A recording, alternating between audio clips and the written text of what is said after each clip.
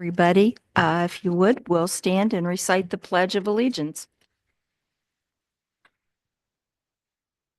I pledge allegiance to the flag of the United States of America and to the republic for which it stands, one nation, under God, indivisible, with liberty and justice for all.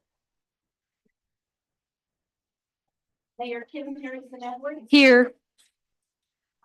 Here. Councilman Stephen Dunn. Here. Councilwoman Debbie Dunn. Councilman Herb Curtis. Here. City Manager Nate Stansberry. Present. City Attorney Brian Bailey. Here. Finance Manager Jody Goldberg. Here. Here. Moser. Here. Jimmy Sutter. Building Code Zoning Enforcement Officer Marty Lewis. Here. Street Commissioner Mike Starrett. Here. Sanitary Director B. Evans. Here.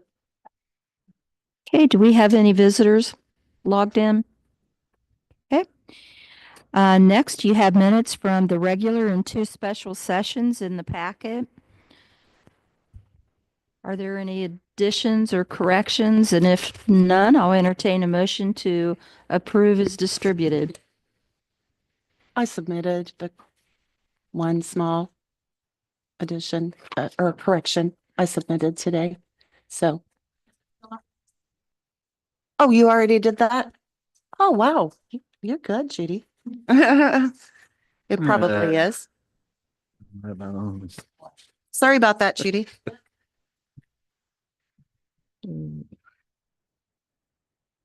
All this money.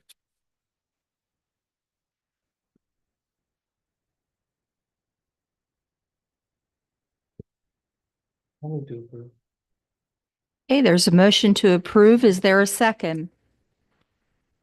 I'll second. I'll second. Oh, okay. Thank you. Any discussion? All in favor, say aye.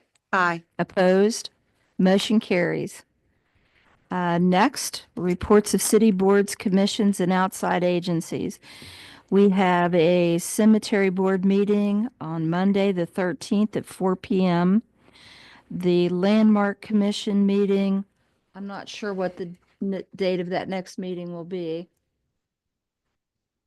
It was scheduled for this evening. I'm not Are sure we, either. we're waiting on Waiting Becca, on I think, Becca, the president, to get back with us. Okay, and we do not have a date for the Planning Commission. After the comprehensive plan was presented, the draft, and the public had a comment period, and there were some comments to consider. So we will be scheduling a meeting in the near future to discuss those and incorporate into the plan. Mayor, do you think there's any problem sharing that comprehensive plan now with the council? I think at some point we're by law supposed to present it to you all, and I think that can still happen. But I mean, at this point, we've shared it with the general public. I would love to. And I think hopefully that speeds up the process where you guys can kind of review it, and when it's considered that night you get it, there'll be a formal consideration of it. Then you can make a motion to move forward with it at that point. If that's okay with you all, I'll get that forwarded out to you. Okay. The Lewis County EDA meeting, January 22nd at 5 p.m. And then the Tree Commission on the 30th at 3 p.m. And then we have consideration of Robert Darling for the Weston Tree Commission.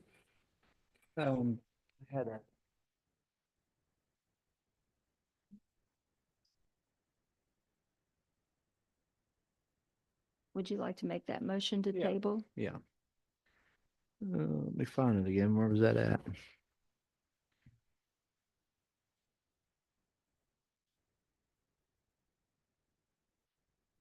It's H. Yeah, I'll move to table the Western Tree Commission. Consideration of Robert Darling, the Western Tree Commission. Okay, it's been moved and second. Any discussion? All in favor, say aye. Aye. Opposed? Motion carries. Arts Council, Tuesday, January 14th. And the Western Land Reuse Agency, it's listed as Monday, December 20th, but we will be having that meeting on Monday, January 27th at 6 p.m. Okay, and the Lewis Gilmer Solid Waste Authority, January 15th at Sand Fork Town Hall at 6:30 p.m. And Nate, with you going to the Marshall Islands, will someone be filling in for you at those meetings, or how does that work? I think as a resident of Weston, I'm still willing to serve. They meet quarterly, and so I will miss this quarterly's meeting, and I've shared that with Betsy. But if you guys Okay. are, you can revoke my membership anytime you want. But I think we've struggled to doesn't find we've struggled to find anybody to represent Weston, and I think I can still do that and meet some of the meeting requirements and things of that nature. On You're fine. behalf of all of us, you're in. Thanks. It's kind of a trashy job, but I'll do it.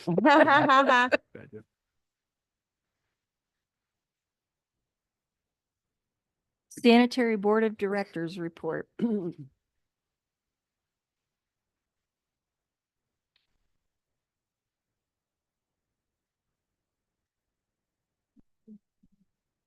One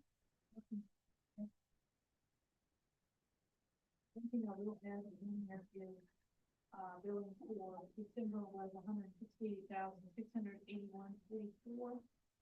Collections for that same period was $173,300. If you have any questions about that report, then I'll be glad to answer. About our meeting is You have a timeline for moving? We're going to hire a handyman to finish up the work that we've been trying to get done. So this month, Dee, get ready. Okay. Well, not that we're pushing her out this month, but I think we should be by the end of this month ready to have that habitable. You've heard that story before, I know. I'm ready. Okay. I can live in a box or out of a box. Any questions at all for Dee? Thank you, Dee. Thanks. Okay, next finance report.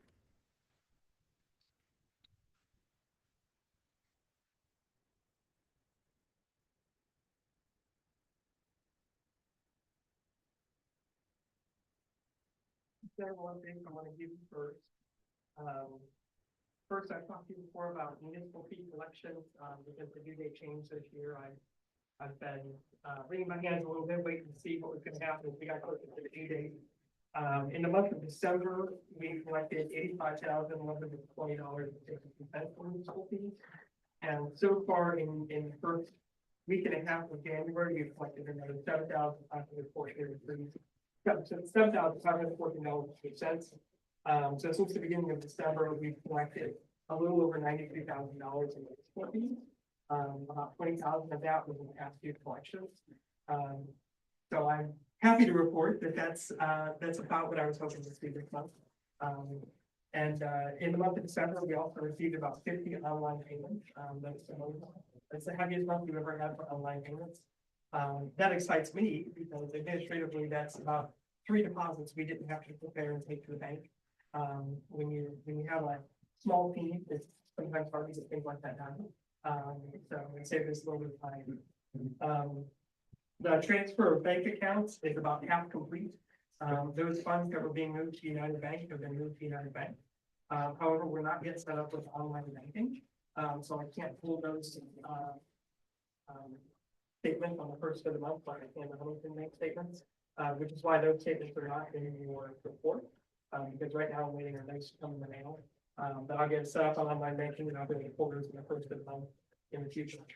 The funds getting moved to Citizens Bank, I haven't yet completed those. That's a much, those accounts have been open, but it's a much larger undertaking, because there's a lot of different departments to stay out community with. We think the general fund. So that has to be about half complete. And then just as a administrative note, I'll be ordering checks for all those different funds. So in the future, we're about to see this in the vacant structures. When you all vote to pay something out of a fund, rather than doing it from general fund and reimbursement, we're going to go to pay it straight from the fund. And then one last general update on the very bottom of your packet. It wasn't included in the packet that goes on top of it. But there's just gross pay total for all W-2 receiving employees in the city. It's something, when you see the budget in the spring, you will usually see one salary number and then you see a big old overtime pot. And I thought you might like to see how those things land, because of overtime. There's nothing in particular I'm asking you to do with that report. I'm not sure if you've seen that information. No, thank you. If there's any other calendar year end totals you'd like to see, just let me know. So before I get into the things I need to ask you to consider, that's all I have for the general update. Are there any questions?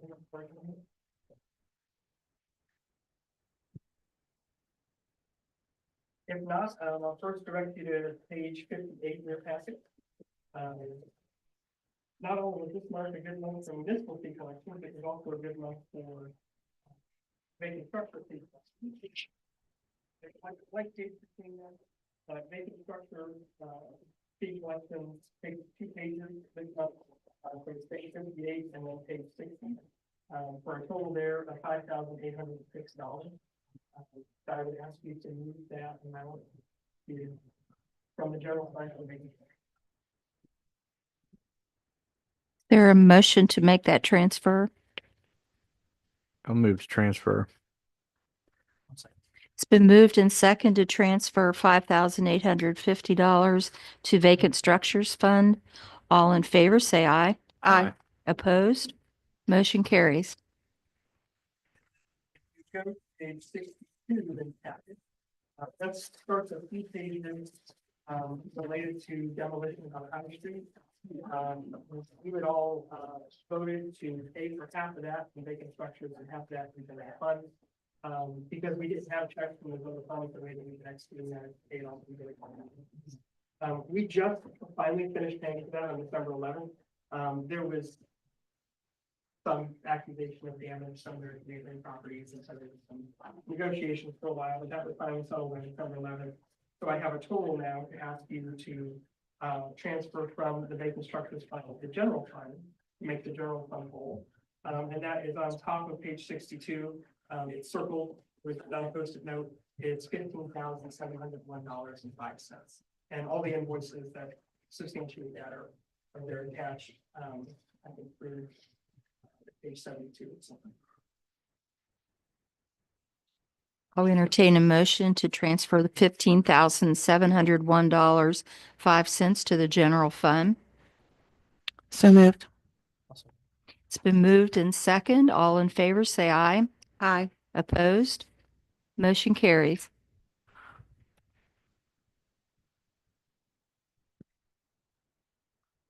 Check detail report starts on page 72.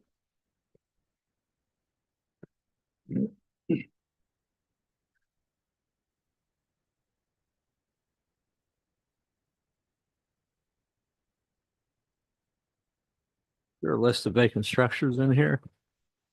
Yeah, if you go down to page 62. I think it was 58. 58 and 60.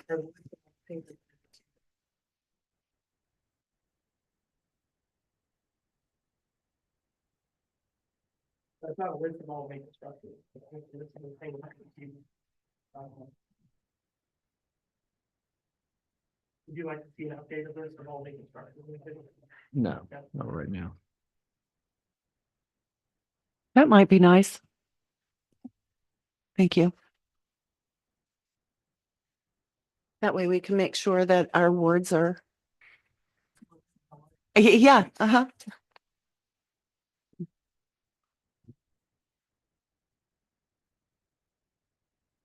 Well, it might give him some help.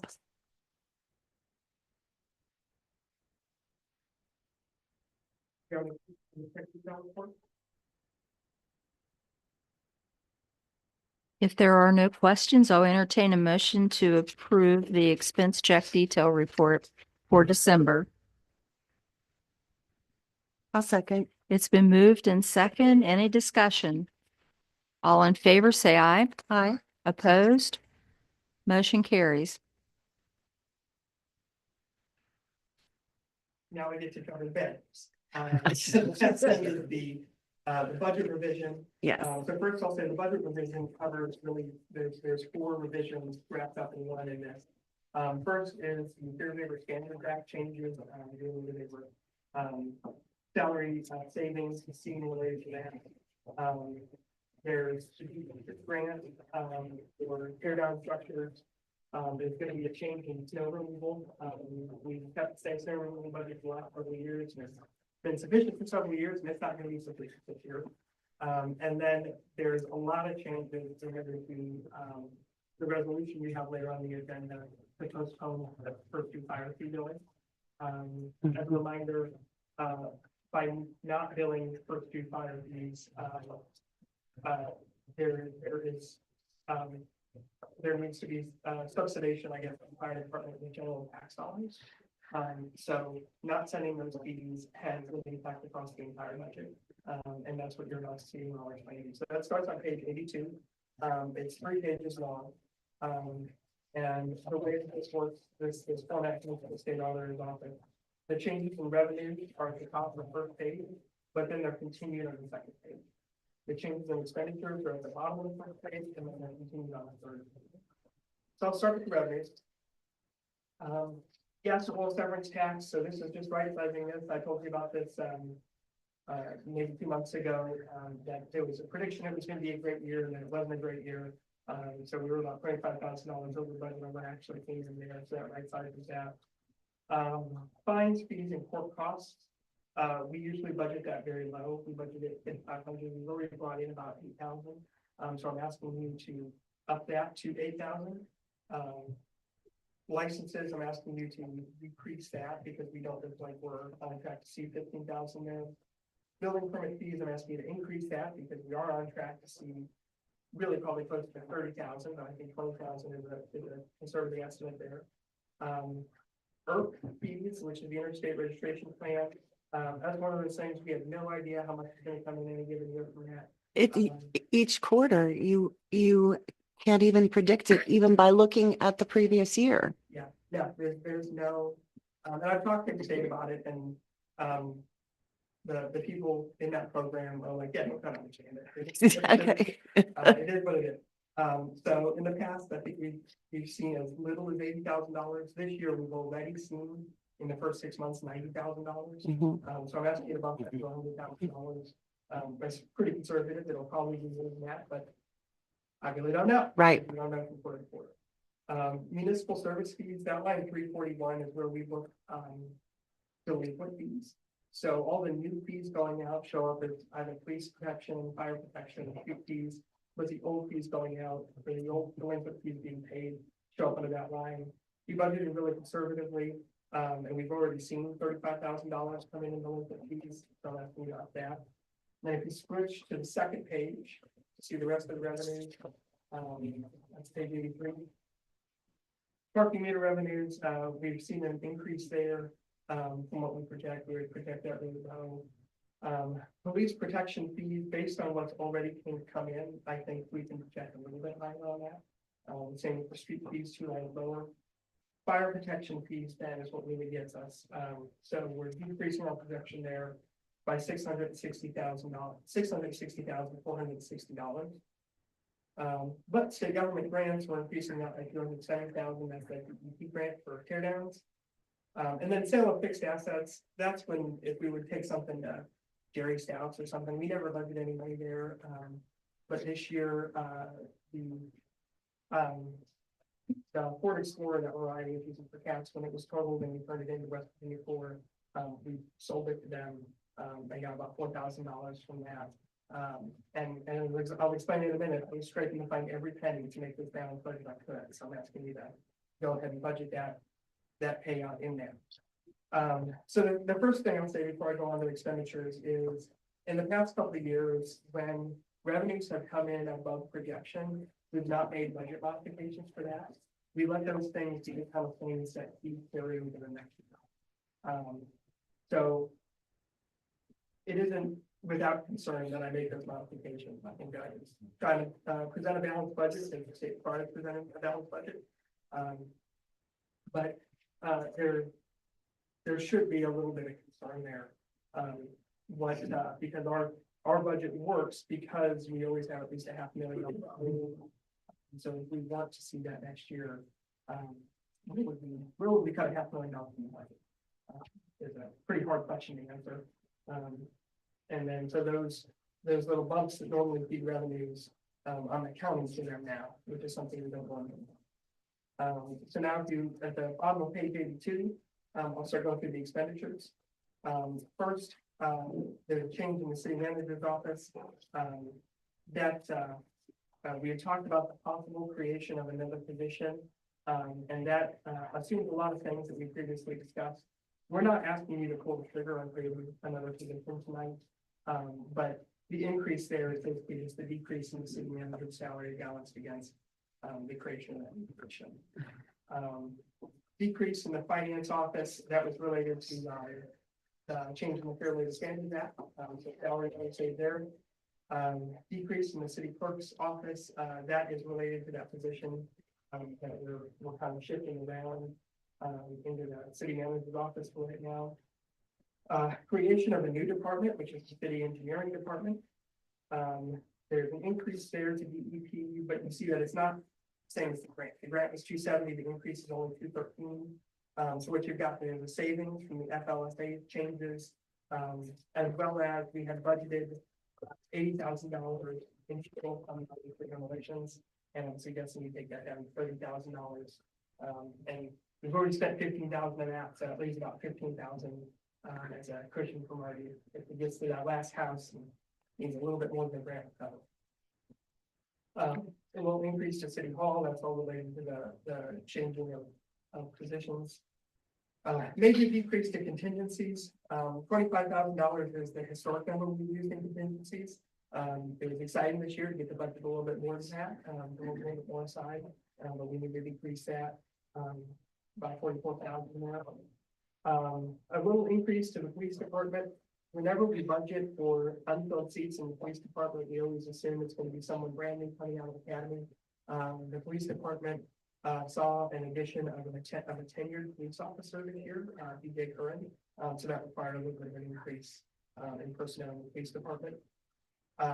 Major decrease to the fire department. Those are basically all those extra personnel seats and VFD expenses. Streets and highways is decreased there of 26,309. 6,309 is the Fair Labor Standards Act changes, and then 20,000 is a decrease in the capital equipment line. Not to use lights in the chase, but we're going to recommend tonight that you table the purchase of the Ventrac, largely because of all these budget revisions. We hope to revisit that next month. But right now, we need $20,000 more in snow removal. Is where we're going to need it. And if we had a Ventrac, and I know we have enough people to run it, we've got so many people. It's making me work. When the changes in expenses continue on page 84. I have a question. I thought the Ventrac wasn't coming out of ARPA funds. No. No. Okay. 20,000 from general fund. Street department normally has a $50,000 capital expenditure line. Right. So we were going to take 20,000 of that, down to it, and then use the rest for country road. That's right. That is, Yes. Okay. Scare bearings. The 15,000 from vacant structure fund that you was going to transfer back to the general fund. What was it going to be accounted for within this budget? It's just a contract expense in.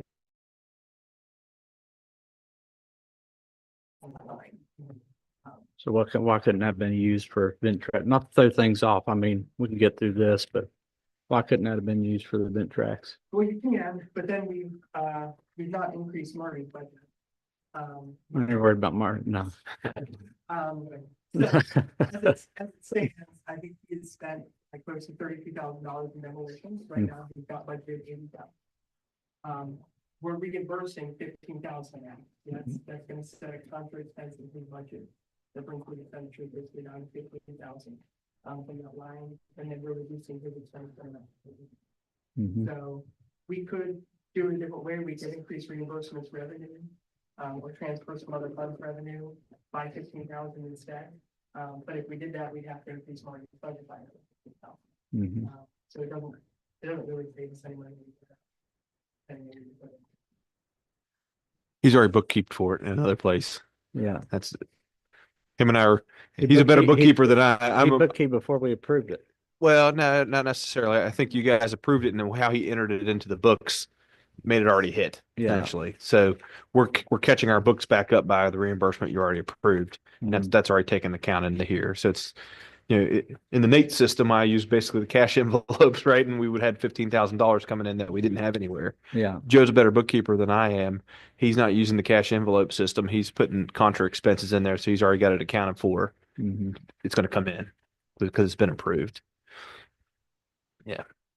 Unfortunate. Good idea, but unfortunate Mhm. how we're keeping the books in a sense. I'll just ask because it wasn't counted anywhere. It's just a transfer from, Yeah, but so right now, our books are showing that Marty expended $32,000 in general fund dollars to do demolitions. Yeah. But that's not really the case, because months ago, you all voted to spend half of that. gotcha. Yeah. And so what's gonna happen when that money comes in, is it's gonna cut out. Yeah. Yeah. Thank you. There's a small decrease there, well, it's very small, to street construction. We did say that we were gonna use some of the leftover ARPA dollars, and I think the ARPA dollars will probably be about that much. On our invoices, we don't have a definitive number on that yet, which is what I'm saying. There's a substantial decrease there is street cleaning. Street cleaning line is really only used for two things, put fuel in the street sweeper and buying new buses and redo them. We don't need a whole lot of that. I think Mike might even have some spare brushes sitting on shelf ready for us. There's a decrease there. There's a decrease in parks and recreation. Most of parks and rec is funded by the AmeriCorps grant. But we did have $5,000 in there for ice rink expansion, so we had to cut that out. Decrease to HLC by $20,000. So those were the facade grants we hope to do this year from the general fund, so we had to cut those out. Beautification programs decreased of $10,000. Wait a minute. Let's back up to. I knew actually- that wouldn't get by her. You try to go real fast. No. Let's back up actually to Historic Landmark Commission. Oh, okay. So we're decreasing that budget. Decreasing that budget by $20,000. $20,000 earmarked there for facade grants. And we didn't have as many people apply. Not only that, but you've also still got ARPA money. there. We do. We do. So there was opportunity to facade grants anyway. Right, We're trying to create hope for that. right. Like, I understand. So we can't slide that just down one line to beautification. No. Right. yeah. No. It's not being like that. Okay. Yeah. Hit all So- over the place. So that leaves me with what? 12 points. Moving 12. on. Okay. I just didn't want to go over. And I think you're still in good shape. I think it's. I hope so. That's the bad. Oh, good. Thank you. Cemeteries, there's decrease there by $39,000, but a couple of things. One, we were blessed by it during the summer. So there was a lot less mowing than we had initially budgeted for, although we did. Plan a little bit more back spring, hopefully it doesn't launch too hard. And then also in that budget, we had budgeted $20,000 to try and move around and make a permanent fund for Arnold and beef up the fund from a field. And we're recommending cutting those out at this time. That is gonna leave us a little bit in a hard spot. We have a $10,000 matching grant for Arnold. So we're still gonna leave behind. If we wish to execute that this fiscal year, we're still gonna need to find that money sooner. But I think one option is that we can delay some of those things in the next fiscal year. And then there's just a general decrease to culture and rec by 5,000. That's a line we usually use for grant matches. So we're leaving 10,000 in there, but decreasing it by half. I got a quick question, Joe. Sure. So I added up these decreases, come to $113,986. Are you including the one from the first page as well? Probably not. Um, Oh, let me get that. first page, there's a net increases line that's says $352,450. Mhm. And then at the bottom, there's a net decreasing line, it's like $352,450. Mhm. That's the total net change after we increase all the revenues everywhere that we possibly can, but we take out the fire fees. So these decreases add up, have been redistributed throughout the rest of the budget in different places. Yeah. Wow. Everything else is at the end, but basically when we remove $660,000 from fire fee revenue, Mhm. there was only, Jimmy messed us up. Yeah, that's true. that's still an option. Yeah. Jimmy messed us up. That's what I was getting at. Yeah, like I said, that's, when you don't cover the fire department with all the fees and you have to cover the taxes, that means that other things have to get hurt. So that's what you see in there is cuts across the entire city budget, to bring it back to the balance.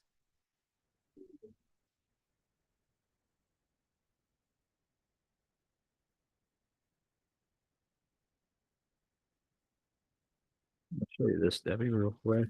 I understand. I can Thank you, find Joe. it here. Let me show you. Thank you. And if you have additional questions for Joe, now's the time to ask. Uh, Yeah. if we don't hear any, then the budget revision, I'll entertain a motion to accept. I think you did an excellent job of explaining. Thank you. Yeah. I'll move to accept. I'll second. It's been moved and second to accept the general fund budget revision. Any discussion? We'll have voting by roll call. Yes. Yes. Yes. Yes. Motion carries. You have any other? Good job, Joe. Thank Thank you. Next, street department report. No, I know, but he seems to really enjoy it. It's so good. Heather. Yeah, if you want to. And I'll try to do my best to answer them.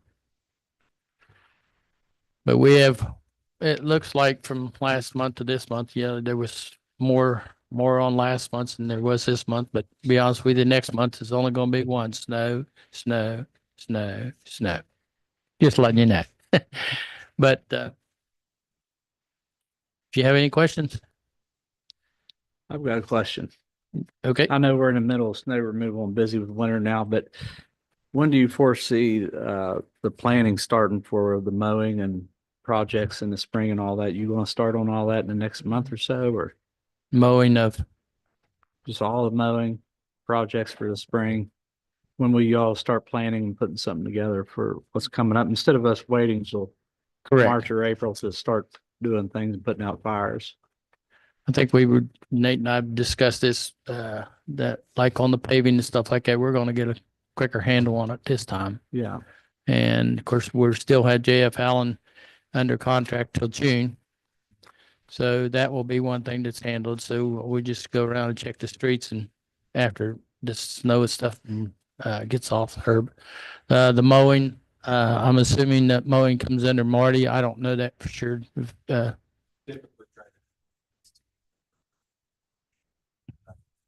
Is it March? I thought it was July. Well, it was July last year. It's no certain reason. Had a fire change horse at midstream. Right. But no, just asking when we start planning for all that, but yeah.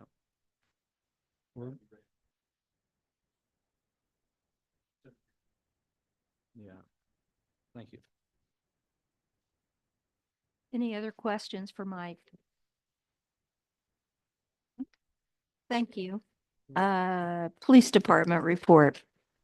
I have nothing other than a report right now. I don't know.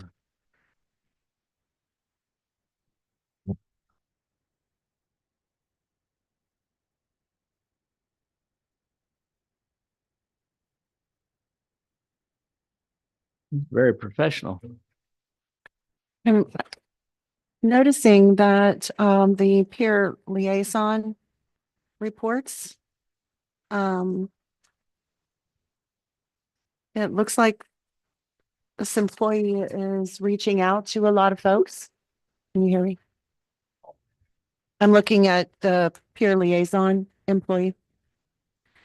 Um, I'm also seeing where some of the, um, she's addressing some of the issues with some homeless folks who are out on the streets by choice. And I mean, it's nice that she's coming into contact with them and giving them yet again additional resources. I know ultimately it has to be their decision. But she's certainly giving them opportunity and options to get off the street. I think that's about all we can do. Yeah, that's something I wanted to bring up as far as the ones by choice that are staying on the street is the camping and what was that, camping and banding ordinance we have? Yeah. Is something I think for those folks that needs to be enforced for sure for people laying around within the city limits. If we try to give them help and they're repeat offenders, you know, just laying around or we can't move them. At least keep them on the run anyway. I think that's been kind of policy of the department, so Yeah. be a public camper. If they show up and say, hey, you can't be here, but picking up their stuff and walking off, right? Yeah. If they resist, that's when we can get them for public camping, but for the most part, I think they figured it out, that's how the law works, what we get them. I will say that I think that the incidents of the people camping, whether it's cold weather or whatnot, I think a lot of them have moved outside of the city limits. They have. Oh, good. Some of the where they're staying in, not in our jurisdictions. It's Judy's house. Yeah, Judy's house. But, Yeah. haven't really honestly spent a whole lot of time with Wendy, but I have gotten good reports, I have heard reports of her reaching out to folks, talking with people. Good. It's the Yeah. Lord's work for lack of better word. It's very difficult to get on board and try to build trust with them. Mhm. Try to get them assistance and get them in the program and things of that nature. I don't know, Mike, do you have any success stories or anything like that you want to hear? She's done 2 or 3 transports, one in Martinsburg. I noticed. Like I said, Officer Cross there on the deal and I had that he assisted me with, I mean, he gave all the information. I did a good job with it as far as explaining everything right down to the last detail to folks over at, on East Third there. So the information is definitely being put out there. That's why I said if they continue to not move, that I think our ordinance need to be enforced, which they are. So. Well, she has daily reports here and she's certainly handing out the resources. And as you said, our law enforcement officers are to be commended for providing the resources as well. When she's talking to these people, are they indicating, like, are they from here, the majority? Or are they from somewhere else and Most of the ones she's talked to are from this area. are mostly from this area? Okay, any questions for Chief Posey? Thank you. I do know the one that thank we refer to, people are paying to have her in Oh, the that. hotel. I thought Hoping she that- left. hoping That will get her, Hopefully, they're gonna, Somewhere that's else, yeah. tomorrow. yes. Okay, next fire right. department report. I don't have anything else. We had a pretty busy month. Been busier the past week as it's been all year. I think had 45 calls since Friday, so Uh-huh. it's been busy. Jeez. Had 1 structure fire this month in 12th Street, so it's been the biggest thing we've had this month. We had all these calls when we hired Josh Watson. Yeah, we did it. We did hire a new guy, Josh.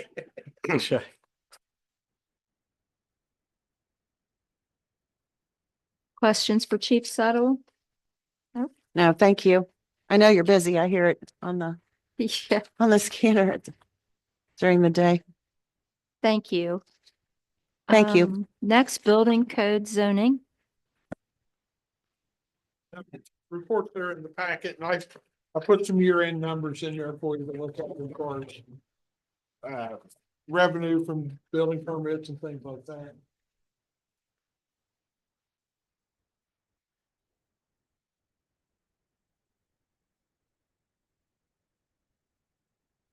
Was there a list created for the vacant structures, or were a list of houses we're going to tear down with this new We're grant still that we operating- got, the two hundred and still seventy? operating off that last day priority list that we had. Yeah. You submitted that as part of the agreement, right? Yes. Explain what it is. Yeah, how we did the list of them with the rating system to prioritize and that kind of stuff. And that's been updated from time to time as we have something to add to it. And that was required as part of the grant submission. They wanted to know how we prioritize and how we rated them. We get that list next month, maybe Sure. next regular session, something, no hurry, but we're just curious what we have planned on there. What we plan to tear down first. Yeah, and before one, Well, but that's yeah, what I talked about the other day was I'm waiting on DEP to give me the final go ahead here to go ahead and issue an ad to start advertising for more demolition. yeah, And that's something I talked to Nate about the other day, was to sit down and here's our top 10, here's our next 10, and then the Yeah. balance that we think we can get out of it. good. If we've got a Yeah. queued up list, or we've got a queue of people who indicate to us they want to donate their property to us. So Oh, good. when we prioritized those before, we said any property we had on hand that was dilapidated, we wanted to tear them down first. I think as long as the council's still okay with that, it makes the most sense to us to do Mhm. that. Yeah, I mean, city attorney probably got a lot of busy work here in the next couple of months getting those deeded over to us, and titles cleared and all that good stuff. But I think from a priority standpoint, I haven't even looked at the list, but I think those ones out on West Second Street there, Pickle Harold, he's not here, he's indicated he would donate the property to us, but there's two houses back to back that are side by side, that the porches are falling off of on the hill and stuff, so we'd really like to get those down. hmm As part of this first tranche of houses. They come down. yeah. We've got, what, how many structures are we indicating need to come down? About 27. Then we can do it. A Any- couple have been removed from the list because they were purchased privately. And they're gonna do the demolition and then rebuild new houses on those sites. So that removed a couple from my list. Any commercial or all residential? They're all Or residential. it's a shame. Yeah, Yeah. we need And- some room. Everybody says we need more things to come to Weston, but we have no room. And not everything on the vacant list is also on the dilapidated list. There's some structures out there that are in good shape or decent shape, but Yeah. they're not condemnable or anything. They're just sitting there empty. So no commercial structures are condemnable. I can't think of a commercial structure that we have condemned right now.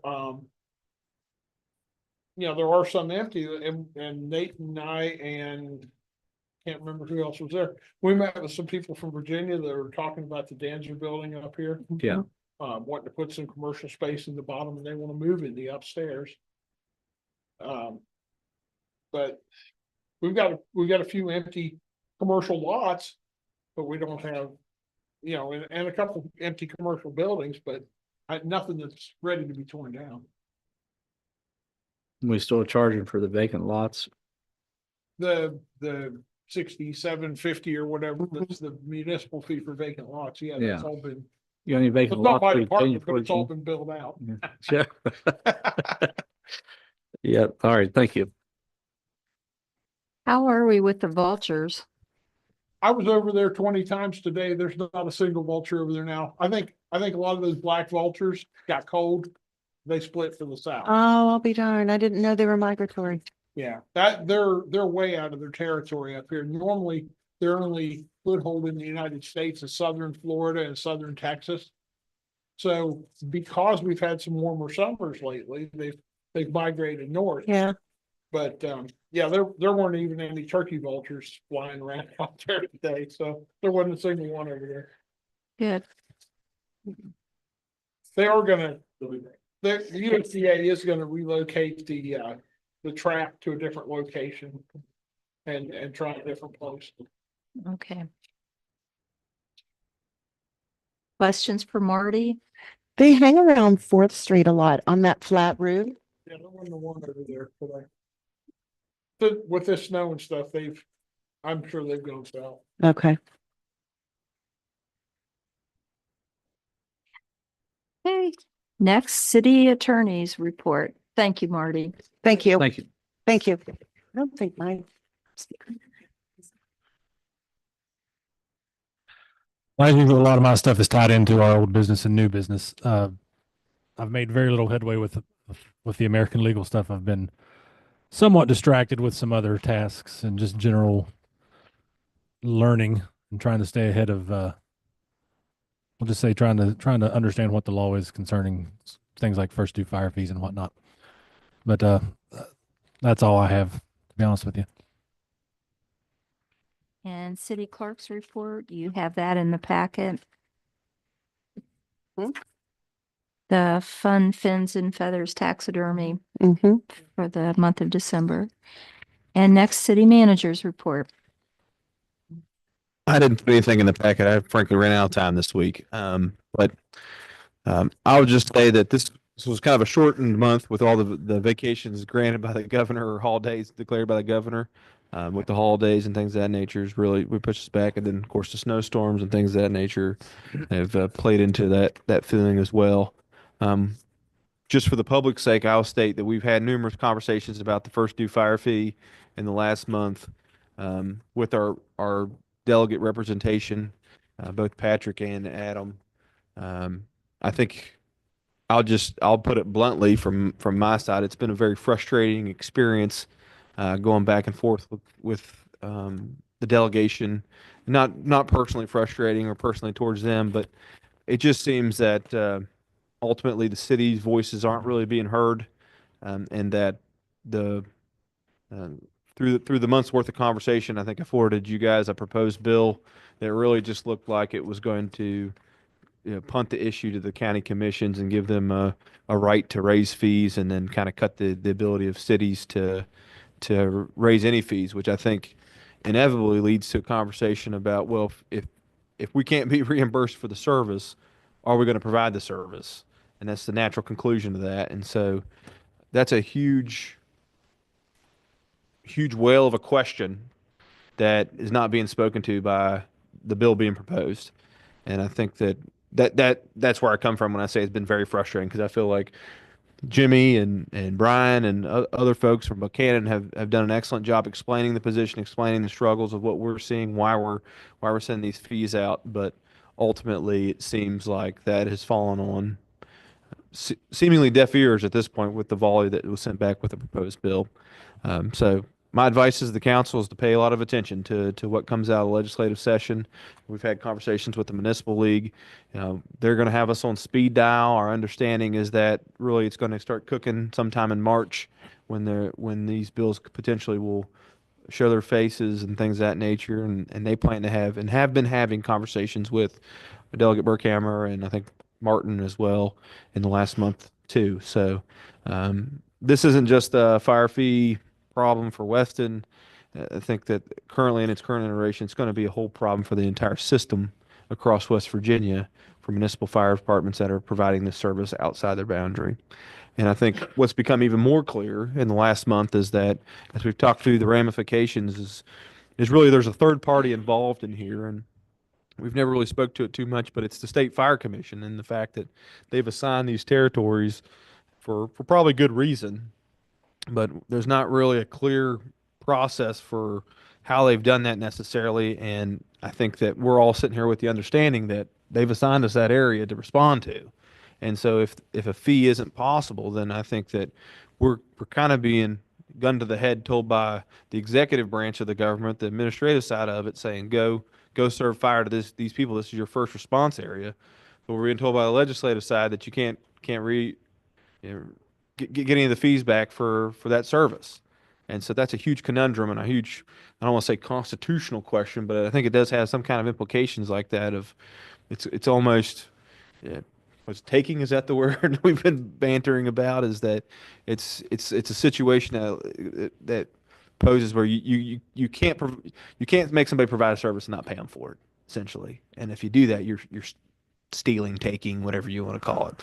And so that's the huge question I think that needs to be answered by the state government, is if they're going to break up what is the status quo, then they've got to figure out how that's going to work.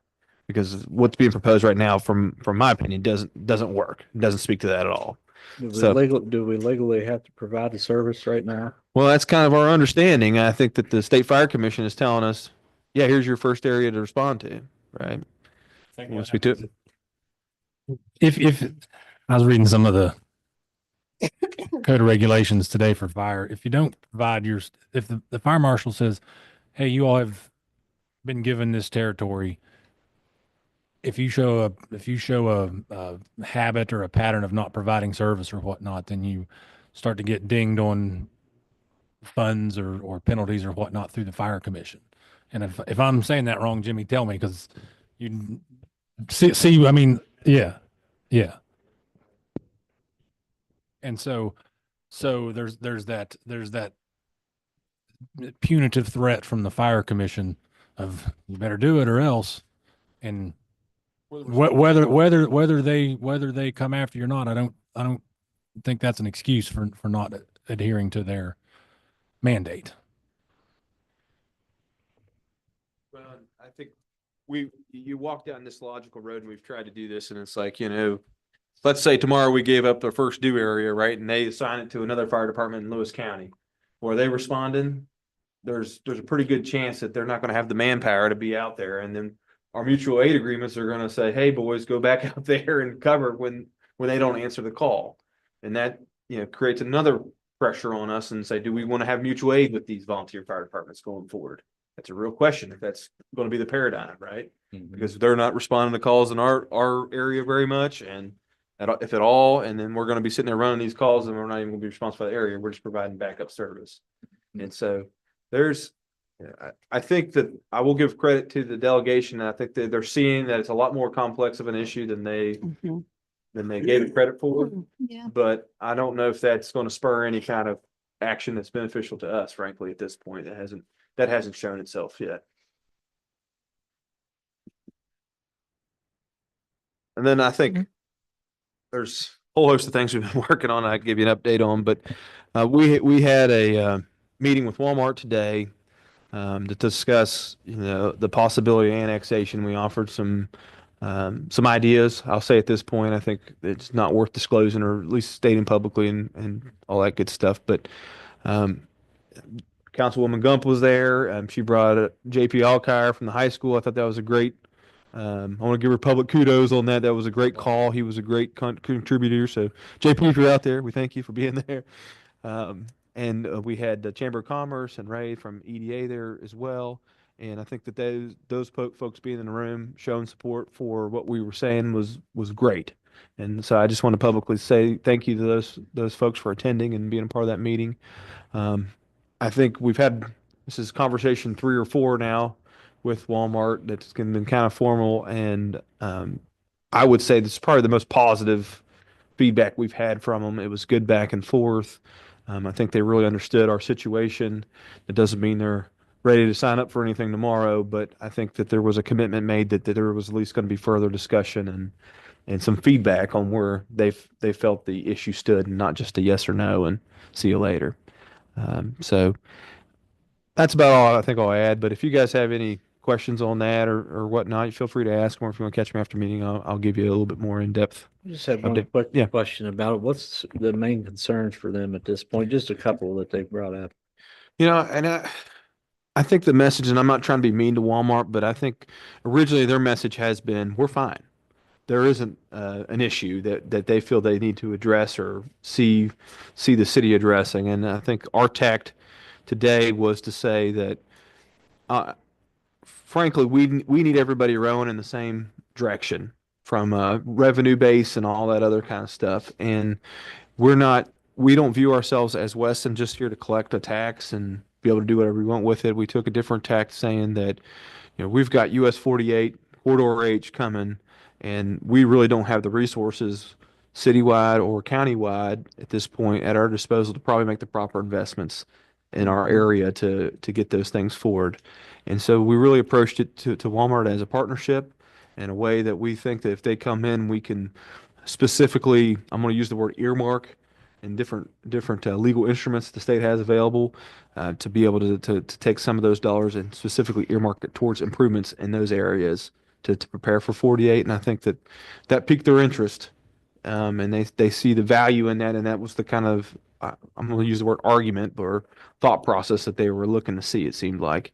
And they view it, I think they view any kind of potential coming into Weston as something that they want to give back to the communities they're in. That was, I think, words they used today, right? That they felt a responsibility to those communities and that they were going to take what we said today under strong consideration and give us some feedback. And we left them with, essentially that we understand we are not to be demanding anything, that this is going to be a partnership and that it's got to be mutually beneficial for everybody.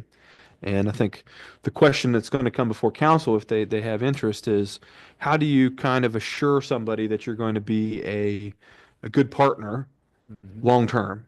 And that's a challenge, right? Because you've got elected terms and everybody's very aware that administrations come and go on all levels of government. And so I think that what we're trying to establish is some kind of vehicle that will give the city some kind of stake to be able to say, hey, this is a long-term vehicle that kind of locks the council into being able to do things in a certain way for a certain period of time, and that's really well understood across all parties.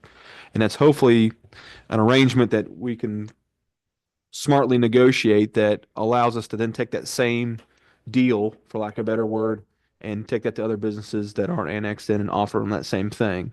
And I think use all those folks coming in as a catalyst to keep reinvesting in that area.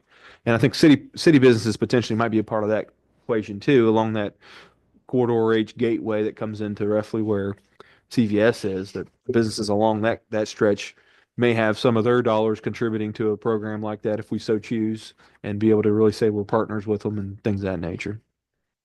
So I was kind of running around all over the place there a little bit, Herb, but I hope No, you're that's following. fine. Yeah. I will say that the presentation was really nice. It Well, was thank you. well prepared. I kind of wish maybe you'd done that one when we had the Peterson one a little. Yeah. Bit on that, but you did a really good job. Well, I will say this. I've personally learned a lot being here the last 4 years, and I hope I've gotten better over the time. And I think I'll just say this for the good of the order in the sense that the mayor and I approached the general manager of Walmart, and he brought this up in the meeting today originally, and we kind of laid out the options, maybe in the I'll call it the Peterson format, where we kind of said this is how we think we can annex, and we'd like for you to work with us. I don't think either one of us took our conversation as aggressive or demeaning or anything like No, that. not at all. But the feedback today was that maybe the city manager was a little pushy or something to that degree, and frankly, I was a little taken back about it. I wish, I stated to him, I said, I wished I'd known sooner. I'd have set the record straight then. It wasn't my intention. But what I'm trying to say is I think that we all probably need to, at times, consider the frame where we're at. He explained today that was his second or third week on the job. He was feeling a lot of pressure, right? And so I think what I've learned through this process, talking to the folks at Marketplace in the last month, is that there's never it's never a bad time to have a conversation and to reach out to people and speak with people. And I think I'm going to critique the council a little bit and just to tweak you guys a little bit. It's a lot for one person to have all those conversations. And I think the more we as an organization are having interactions with people both inside the city and outside the city, having those conversations, we don't have to decide everything on one day. You can go in there and ask people how things are going and maybe tout the city a little bit and leave the harder things for another day. But I think the more conversations we can have like that and positive interactions, the better off we'll be. And I'll say, I won't say it was too little too late, but I will say, I wish I'd have thought that way and had that experience a little bit sooner. Because I think that's the path that I'm seeing forward is you really got to view this as a partnership. And I think that if we're able to bring those folks in and they're willing to come in, it's not only just going to be a partnership between us and them. Hopefully it's us and other businesses, but most likely the county commission and some of their desires to see development along that way, and maybe not inside of Weston, but ways we'll have to work together. And I think the more collaborative, and we've got to stand our ground and protect our interests, don't get me wrong, but I think the more collaborative we can be, it seemed like today that was a very positive meeting and that was very much appreciated. They have meetings across the country. They understood the tension between local governments and different things like that. And we spoke a little frankly about some of the history here. And but I don't think it was seen in a bad light. I think it was seen in a positive light that we're trying to make progress and move forward. So. All right, thank you. Yep. Questions for Nate? I'll entertain a motion to approve all of the reports. It's been moved in second. Any discussion? All in favor, say aye. Aye. Opposed? Motion carries. Under old business, consideration of Ventrac Tractor 4500 series. This is the item that staff wishes to be tabled. Is that correct? Yeah, and I don't, Debbie, I'm not quite sure when you walked in, so I'll reiterate what's going on there. The snow control, for the last 3 or 4 years, we've been able to manage with $15,000 a year, and we're already there. And we've got more storms coming. And so I think at this point, we're going to ask you to table the Ventrac, give ourselves another month of winter to see how that goes. And we're going to take money from the equipment line in the street department, which we've got about 50,000 budgeted. We're going to take 20,000 of that to move towards snow control to be able to cover any kind of potential salt needed probably in the next month. With the hope that, we didn't get too much in that, Joe, but some of these revenues, I think there's still some room there, and you hope that things come in differently. And I think all you're is one budget revision away at the end to be able to bring those funds back in there if you have it available to yourself. But to be prudent, we're going to hold off on that and use that right now to balance it and see how things play out across those funds. So yes, we're requesting that you table that. Move to table. It's been moved in second. All in favor, say aye. Aye. Opposed? Motion carries. Next, under new business, consideration of resolution 2025-001 of the first due fire fee billing. City Attorney, is this a resolution that I need to read in its entirety? I mean, I think that's up to you. It's a fairly long one. I have a question Go ahead. first, Sure. right off the bat, please. I mean, I don't think it's necessarily required to be read out loud. Go ahead, Sherry. My question is, because of the timeline, if we amend or alter this, will we still not qualify to be able to go ahead and move forward? Now, I think you're getting into legal opinion. Okay. And I'm not afraid to give it. If you want it out in the open, that's fine. If you want it in an No, executive session, no, that's fine too. I don't, is this going to, let me rephrase, jeopardize what we have in place? Or is this just in addition to? This resolution is not going to affect or alter or whatever the ordinance The that we existing have. ordinance? Correct. The only thing it does is add to when the billing happens. I mean, I think, so I'm sorry, say it again. It just addresses when the billing happens.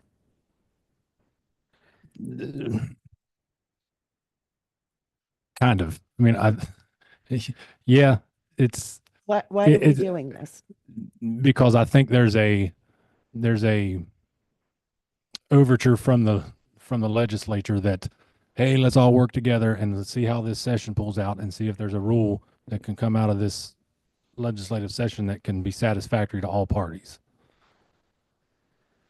Is that right or wrong? I don't know. But that's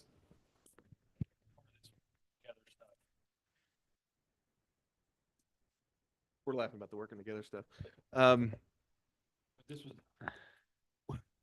In the last month, when we met with Delegate Burkhammer, we disclosed to him that we felt that our ordinance is effective. We've never been officially notified by Delegate Burkhammer that we were targeted by the moratorium, but it was insinuated that we were part of that. He confirmed as much in that conversation that that was the purpose, and we said that we respectfully disagreed and felt that the law gave us the authority to send the bills. But we also recognized that if we did send the bills, that may be seen as an overture towards the legislature that we were being aggressive or trying to poke the proverbial bear, and we didn't want to necessarily be seen that way. That wasn't our intention. and that's not how we see it. But we also feel that we're providing service out there and we're not being properly compensated for it. And so we're kind of in between a rock and a hard place.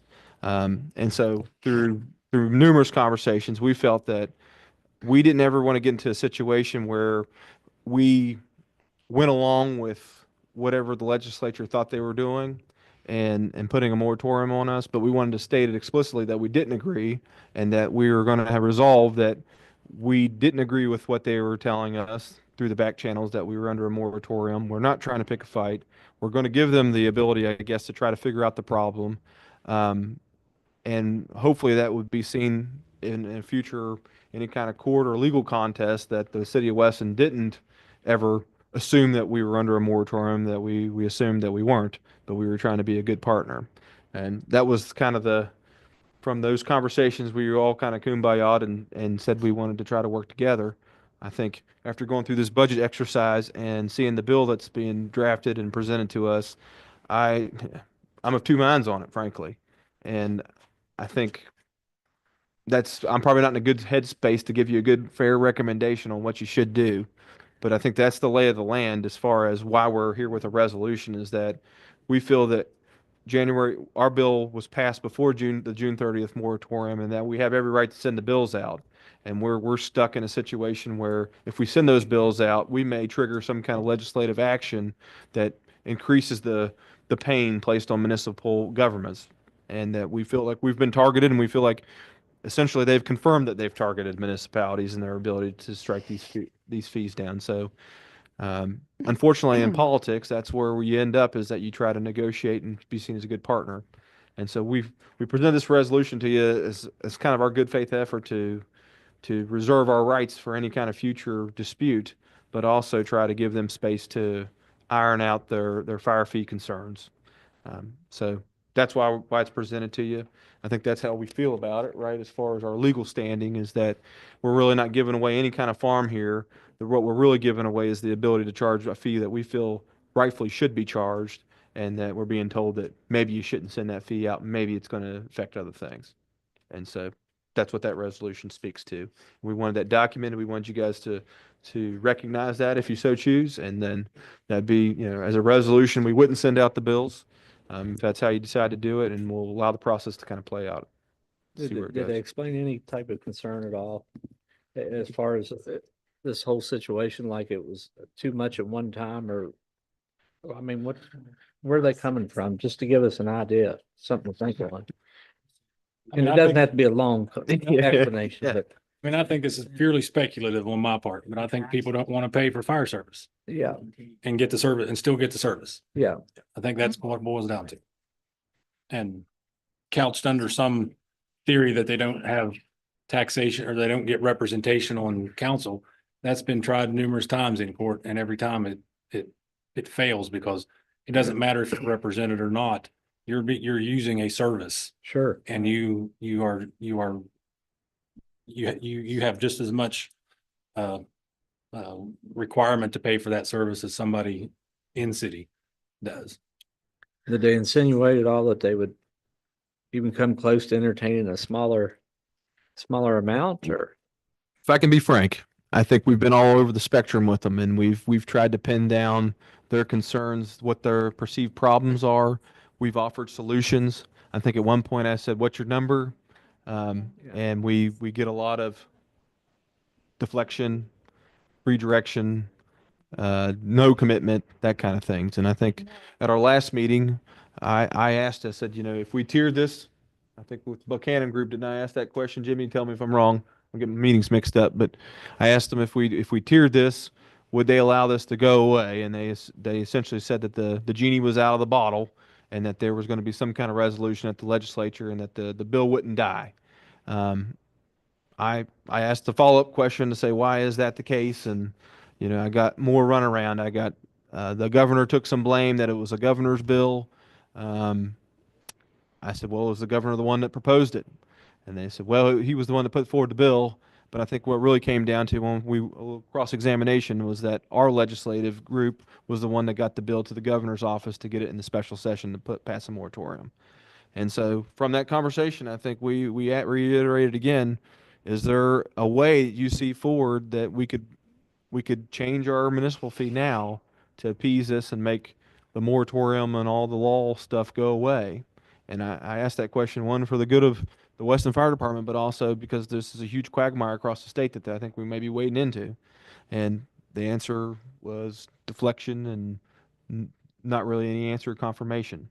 And I think what was the result of the conversation was that they would like to see some kind of county commission veto authority over fire fees to give the quote unquote people a representation, let their elected officials vote on it.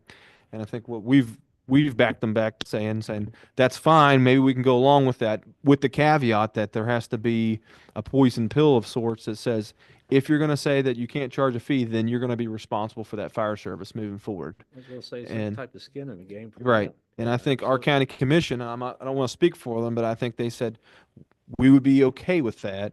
And frankly, we'll vote very quickly to let Weston raise the fees. And I don't want to put words in their mouth, but I think that was the general consensus. And I thought when we left that meeting that we were going to see a drafted bill that was speaking to that consensus. And frankly, what was provided didn't have any kind of condition like that in it. So I don't know. And while the,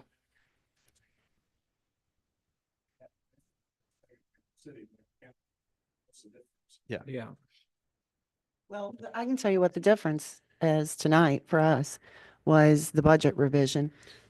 That's why we had, so once again, the citizens and the businesses of the city of Weston are paying for the fire service fee for the folks in the first due area who do not want to pay for the fire service. The residents can no longer carry the first due area.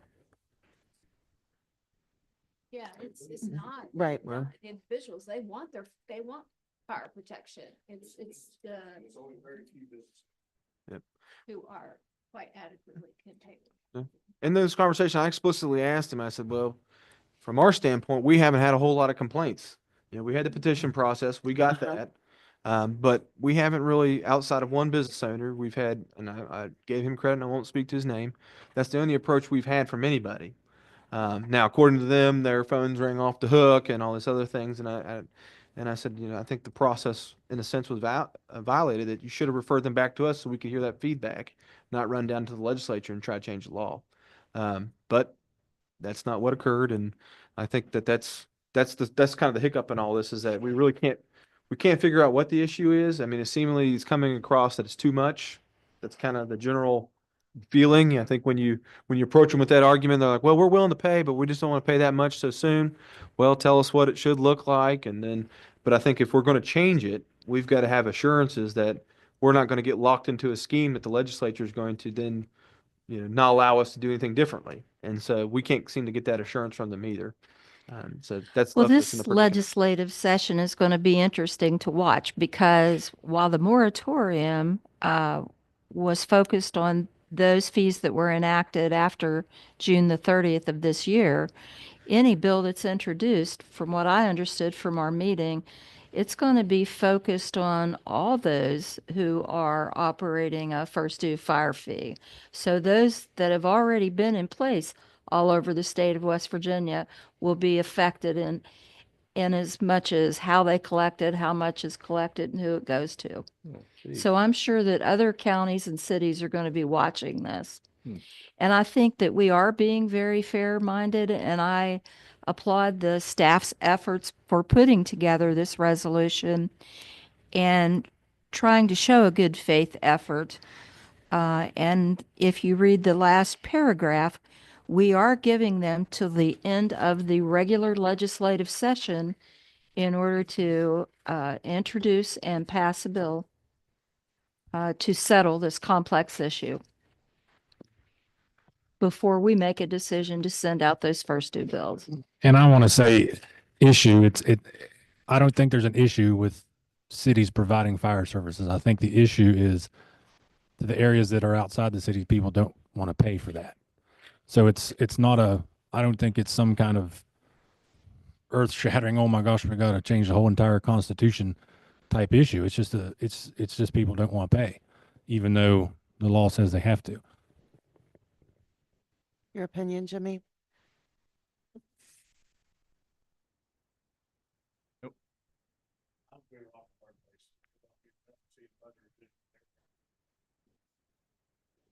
But we did send the fees out. I assume that work together.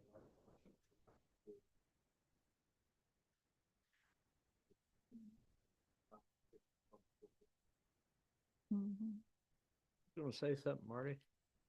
No, actually, the mayor answered the question. I was wondering that municipalities who already had their first fire and were collecting that, did the moratorium stop them from collecting that? Or No, it's only on newly.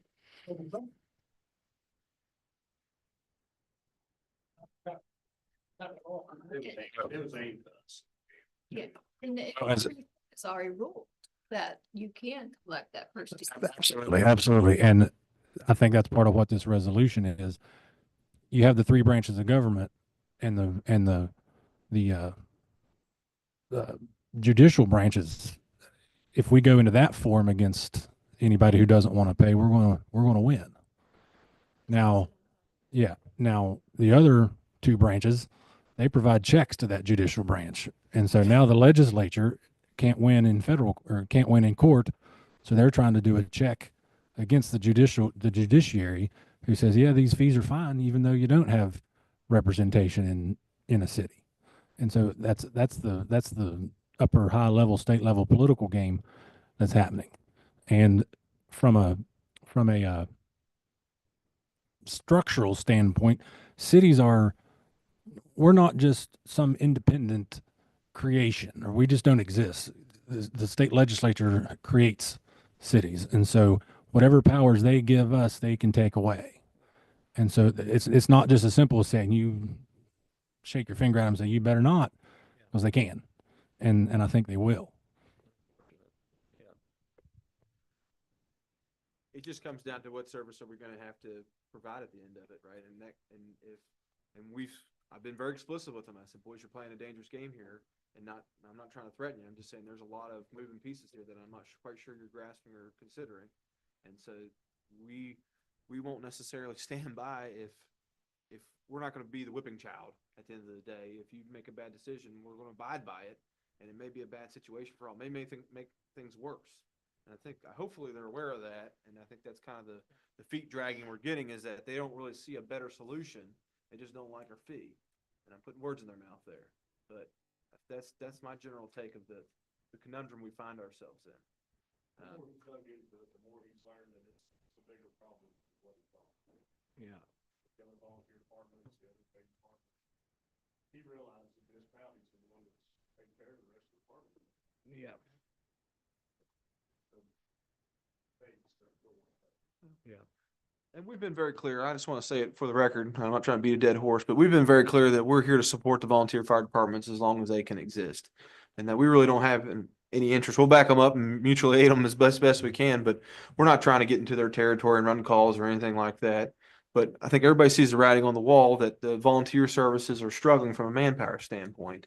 And that, if the people aren't available, the calls can't happen, the service can't happen. And there's either going to have to be funds infused to put paid staff in those volunteer fire departments, or they're going to have to be municipal fire departments to back them up, and they're going to have to be compensated for that backup in some form or fashion. And I think that problem is staring everybody in the face. Is that fair to say, Jimmy?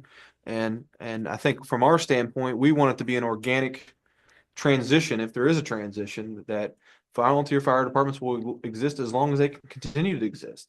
And if they have members and they're able to raise the funds and be supported, and we've even stated that through a municipal first due fire fee, we want to make you whole. We don't want to see you lose any funding. So if we need to change our mutual aid agreements, we'll change those to be able to maybe pay for some of that mutual aid to be able to make sure you didn't lose anything from the county fire fee.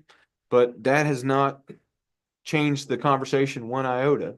And I think I just want to be clear on behalf of City of Weston on my side, and I think Jimmy shares the same sentiments, is that we're not here to fight with the VFDs, and we don't want to fight with them, and we appreciate them. But we all sit here and say there's a reality, and Weston's trying to get out in front of it and prepare for it. And I think that if a VFD closes up shop tomorrow, which we've had happen before, not completely, but had to do it, Weston wants to be in a position where we can provide that assistance until either they get back on their feet, or if they close permanently, we're ready to take over that area, and we'll acquire the additional manpower to do it more effectively, but we will be ready and not be caught flat-footed where we're struggling to cover our area because a fire department closed unexpectedly. And that's really what we're trying to get to the bottom of here. I think it's unfortunate you have lawmakers saying you're gonna go service this first due area. You're gonna keep your equipment up, your structure, your fire department, everything's gonna be up to date. But if people doesn't want to pay, they don't have to pay, but you're gonna keep all this up and you're gonna go out and service them. Yep. And is that the same lawmakers on both sides? And kind of, I think the fire commission and the fire marshal is technically not lawmakers. So I think that's, I'm splitting hairs here with you, but you have two branches. You got those two branches kind of conflicting again, and we're in the middle of it. And I think what I perceive to happen, and maybe I'm letting the cat out of the bag, there's when you have the fire marshal says, boys, you better go fight these fires, and the legislature saying, boys, you can't charge to go fight these fires. We're using all of our services for something without being paid for it. And that's called a taking. That's the government taking property without reimbursing you for it. And that's called probably a regulatory taking in this situation. And so there's just a huge can of worms being opened up right now with this issue. That's just, I think, simple. You just pay for your fire service that's being provided to you. It's very clear as it unravels and you listen to the story, it's very clear that the conflict and just, And I want to reiterate, the law allows you to challenge a first due fire fee. You get to go to circuit court and say, Judge, this fee is not reasonable. And if the court wants to hear you, the court will hear you and find it not reasonable. That's a way to get at a first due fire fee. But as long as your fee kind of covers your services, no matter how there's probably some limit on it, but as long as your fees are covering your fire services, you're going to be found reasonable. It's going to be a reasonable fee. It's a hard burden for payers to overcome, and they don't want to go to court, so they've had to go to another branch of government to try to get relief from the first due fire fee. Ours passed by council that we are to be paid and our fire department's to be paid by first due fire. I said, could there be such a thing as language written up in an ordinance passed to where city of Weston and the council passes saying we will be paid if we service first due area? And I think you can do that. I'm going to sound mean to us. Who are we going to go shake that in front of and make them pay us? I think we did. We passed the first due fire fee. That's what we said. We said, Yeah. we're providing service. It's essentially what we're doing. We want you to pay us for it. Yeah. And I think, just like Business 101, right? If you don't want to pay for the service, well, you don't get any service. And that's kind of the problem staring down the barrel at us here is that, are we going to be forced into providing service? Are we going to be forced into a situation where we're going to feel a need to pull back the service in that area? And then we talk about life safety things. We don't want to see anybody on the highway trapped in a situation, and we've got 2 volunteers available in the entire county, and we're not going out there to service it because we're sitting here saying we don't want to go out there because we're not being paid for it adequately. We don't want to be in that situation. We're trying to prevent that situation, Sure. frankly. That's ultimately where you're headed towards. Yeah. We see. Is that fair to say, Jimmy?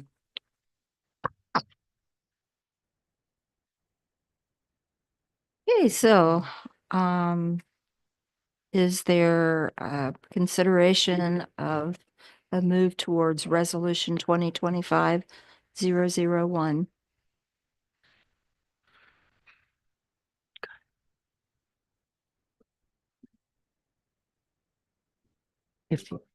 If you feel comfortable with it. And you think it's another layer of protection? Okay.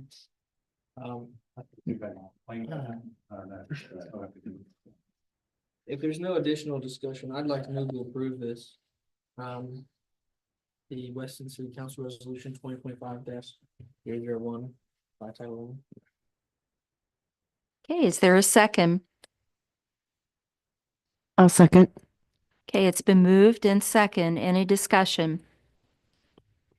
We'll have voting by roll call. Councilwoman Sherry Rogers, Yes. Councilman Stephen White, Yes. Councilwoman Debbie Gump. Yes. Councilman Herb Curtis. Yes. Motion carries. Thank you again for putting this together for us. Thank you. Yep, thank you. Okay, next is consideration of ordinance 2025-01, Assistant City Manager position. That in the packet. That ordinance in the packet. This is 2025 dash. Oh, this is 01. Okay, Mhm. I caught, yeah, caught it. Thank I you. want to start putting ordinances and resolutions separate and apart from each other. Understand.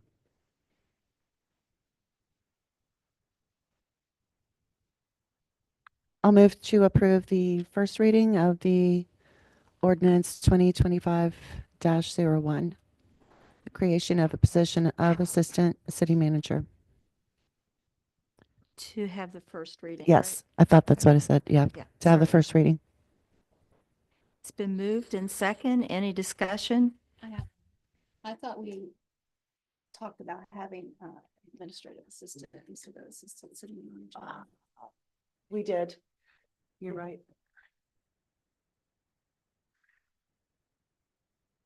I'm gonna be fair to everybody in here. We did talk about it. I think that there was not a motion made. And so I think we're bringing it not to, I don't want to seem adversarial, but I think that this is your opportunity to come to the council and I guess make a decision on how you want to do it, because I think we are hearing conflicting voices in the room, if that makes sense. So that means that we can make the changes now this evening. I think if you want to change the name of the title of the position, and I mean, I think if you get an agreement to say you want to have an administrative assistant, I think you had that position already. We don't have a book of positions anywhere, but I think we've had that position in the past.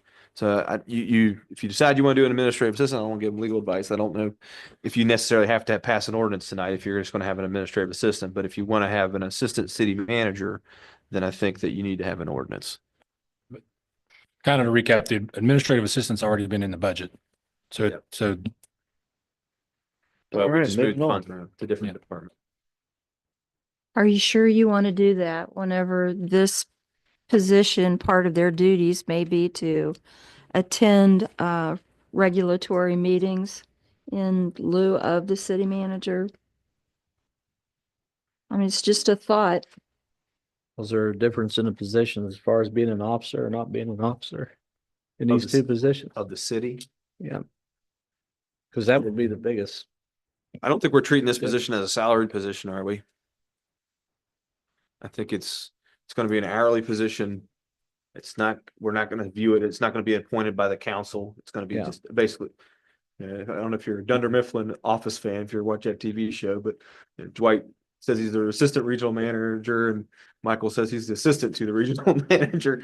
And I think that that's not to be mean to whoever the position is, but I think we're viewing it as that kind of administrative help. Yeah. Well, my reason being, I think there's gonna be a lot of fallback on the title assistant city manager. I know people within my ward will be calling me. Do you wish to rescind your motion? I do. Okay. Is there a motion to table that? I'm gonna be taken. Is there a second? It's been moved and second. Any discussion? All in favor, say aye. Aye. Opposed? Motion carries. Next, consideration of handbook policy revision regarding conflict of interest. If this is the right one.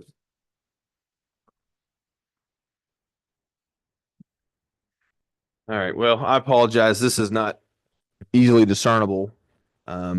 If you turn it in the light the right way, it looks like the sections that I've changed have been made different a little bit. I think really what we're trying to do is we want to make sure that there's no situations where especially supervisors and employees have any kind of financial interest outside of work that may introduce any kind of potential conflict to any of the operations of the city. And it's just like every conflict of interest at times. Some things are very apparent and sometimes they're just the appearance of the conflict of interest is enough to to cause a problem. And I think that this probably 9 times out of 10 is going to be more of an appearance issue than it is an actual conflict of interest. But I think it's a very tough thing to have to police in regards to, you know, as a supervisor, if I'm gonna speak as a city manager, if you've got anybody that's below you who's in supervising people, there's not enough bandwidth to know who's working for who on the side or anything like that nature. And I think as a policy, and I'm open for a debate on this, and we can table it and consider it some more. But I think we need something in our policy that speaks to that, speaks to, yeah, maybe there will be conflicts there, but there needs to be a reiteration that there's an employee's responsibility to make that potential conflict known, and we need to be very strong on any kind of situations where an employee may have the ability to enrich somebody or be enriched by somebody, that they're not involved in any kind of hiring decisions or anything like that that would also provide that opportunity. And I think that's the conundrum that I trying to iron out in this policy to make sure that's clear to Did you everybody. review the 2020 conflict of interest policy that I sent you? I took a look at it. Now, first question is, where did that come from? I guess at this point, was that something we had passed as a council before? We did. Okay. Well, that was the first I've been made aware of it, and I apologize. I should have followed up with you a little bit more about That's it. But okay. and I'm fine tabling this at this point, but I just want to put this all on your guys' radar. I wish I'd had a better copy here. I thought I had it underlined and bolded in red, but obviously I didn't. And so it makes it a little bit hard to parse out what was added to the policy. So at this point, I guess please review this, and I'll ask that you table it and consider it further in the future. Yeah, my thoughts are that until you review the 2020 policy, that That's fair. we should. Well, and I'm not trying to be mean to the council, but I know that there was probably some actions like that taken. I don't know where those policies are. At this point, we're operating off of a manual that was put in place in October of 2020. So I think, frankly, if that policy was before the 2020, or if it was passed by this council before or the last council, I should say, if it was passed by council before that employee handbook date, I think the employee handbook is the policy now. And those were all kind of taken away, but Mhm. we need some clarity brought there. A few of us. Yep. Mhm. Yeah. You're like Congress, though. You're the We've been here for 25th. 45 years. You're right. Yeah. Is there a motion to table? There's a second. Second. It's been moved in second. All in favor, say aye. Aye. Opposed? Motion carries. Next, consideration of partnership with CVB for video spotlight. Okay. You can blame this one on me. You're doing me a favor in a sense. I'm not a liar. We had a cold call to the city building about the possibility of, and I'm a Dennis Quaid fan, so this was music to my ears. Dennis Quaid has a show that appears on public television, and they do basically snippets or extended commercials, I should say, maybe 5 to 6 minutes pieces. And so they called and said, "Hey, we've identified your town as somewhere we'd be very interested in coming to, and would you guys be interested in having us come?" Well, sure. And so the mayor and Ray Smith came to the meeting. I invited him to come, and as we got in that meeting, we quickly realized that it was a sales call and that there was a monetary contribution that we were going to have to make to be a part of this program. I've provided you the details in here. I think we expressed to the gentleman that if there was interest from us, it wouldn't be just a City of Weston partnership. It'd be City of Weston and maybe our local CVB. I reached out to them. We haven't shared a whole lot of details, but I think the more I've had to go through the budgeting problems and all that good stuff, that we'd be looking, we'd have to find $25,000 to be a part of this program. We'd receive some video clips at the end of it that we'd be able to market ourselves with and things of that nature. But I wasn't expecting that we'd pay the majority of the $25,000. I don't think that's it. I think we have CVBs for that very function, but I can continue. I can reach back out to Chris and give her more information on this. But I did want to bring it to you guys first to see if there was any interest in contributing monetarily to a program like that. And if not, that's okay. Like I said, we've had a tough budget meeting tonight, and I'm fine saying maybe another time to this gentleman. But I do owe him an answer to get back to him, and that's where I'm saying I don't want to be made a liar. I told him I'd take it to the council for consideration. How about if we open it up to marketing Lewis County, Weston and Lewis County? Well, I think that's And ask really, the and ask the CBB to put the entire 25 grand. Okay. Because that's what they do. Yeah. Um, I know they've probably been, they've budgeted for this year, but that's something that could also be put in Okay. next year's budget or something. I think that's fair. And I think, essentially I can just refer that gentleman to the CVB and say, at this point, we don't have funds to contribute and Right. introduce them and say thank you. We did just take a heck of a wallop tonight. I happened to run into her the other evening and she told me that she had spoken with you, Nate, about the project. Yeah. And she said that there might be a little hesitancy because this show is on public broadcasting, something to do with tax dollars. And she's willing to work with us if we want to move this project forward, but they would have to consult their attorneys Yeah. for the allowability of public funds.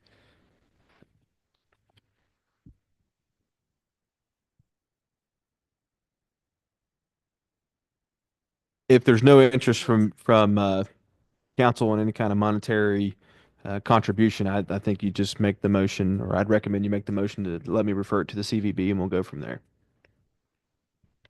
That's a move. Okay, it's been moved in second. Any discussion?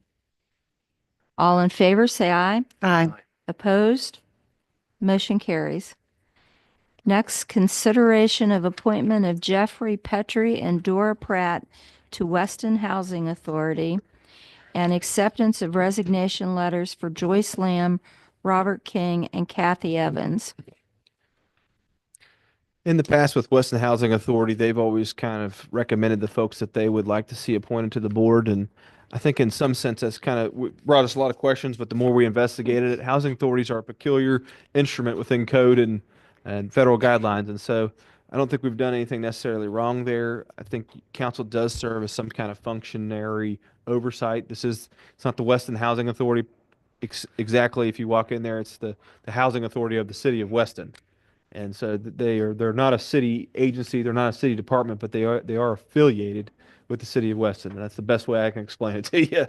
And you do appoint their board members, and that they have a requirement, I think, through HUD to have one resident member, and I think Jeffrey is the resident member, and they recommended that gentleman to us, which left two positions for the city of Weston to fill. In the last election, Miss Pratt ran for the Ward 2 spot, and one of her big items or cause du jour, I think, was housing, and public housing was part of the equation. And so I reached out to her via text message and asked her if she'd be interested in serving, and she said she'd be really excited to do that, which is uncommon for a board of this nature. So I'd like to see her be appointed. I guess I'm making that recommendation. And I think that would leave you with one spot to fill, and I frankly didn't find anybody in the short period of time I had to find anybody else. But they do have some meetings slated, and they need to have a quorum. And I think at this point they're down three people, including the resident representative, and we need to try to be able to give them a quorum so they can meet. Mr. Petrie is the resident. That's my understanding. Okay, thank Yeah. you. And I guess with what you could do is appoint these members to fill the terms that have been vacated, either one of those terms. So I think Mr. Petrie is he's filling in Robert King's spot. Right. So his term is to end in 2026, from what I understood. But then you have Dora to either fill Joyce Lamb's term or Catherine Evans's term. Okay, so you want like two motions for Each because person's going to we've- have to have their own appointment. I right, think. but Mhm. we also need to accept the resignation letters, correct? Mm-hmm, that's Of correct. Joyce Lamb, Robert King, and Kathy Evans. Yep. I would like to put that in the form of a motion, please. Okay, it's been moved in second. All in favor, say aye. Aye. Opposed? Motion carries. I'll move to approve Jeffrey Petrie to serve the remainder of Mr. King's appointment. Term will expire September 30th of 2026.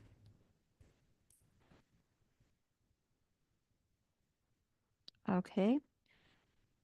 Is there a second? All in favor, say aye. Aye. Opposed? Motion carries.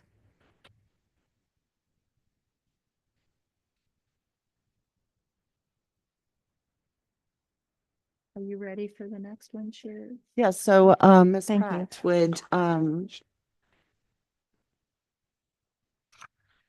would fill and complete, Joyce Lamb's term? Okay, I'll move to approve Dora Pratt to serve the remainder of Joyce Lamb's term as a board member, term expiring September 30th, 2025. Okay, it's been moved in second. All in favor, say aye. Aye. Opposed? Motion carries. Thank you, Sherry. Consideration of administrative staffing changes. As you all are well aware, we've discussed, I am slated to go to the Marshall Islands next week, and so I'm formally asking or submitting my resignation to you all as city manager. I'm trying to make it effective, I guess 4 p.m. on Friday. And as you all know, I've made myself available to serve in other capacities moving forward. And I would just say that, you know, it's not, as we've talked, Councilman Curtis, it's not a you, it's me problem or whatever like that, you know, that kind of breakup. It's been fantastic to be here, and I'm conflicted quite a bit about it. I just feel that there's some human elements there that require my services, frankly, not to get into too much of the details. And so we plan on continuing to make Weston home as far as we can see into the future, and we'll continue to try to be a part of the organization in whatever capacity the council sees fit. So with that, I actually accept that resignation.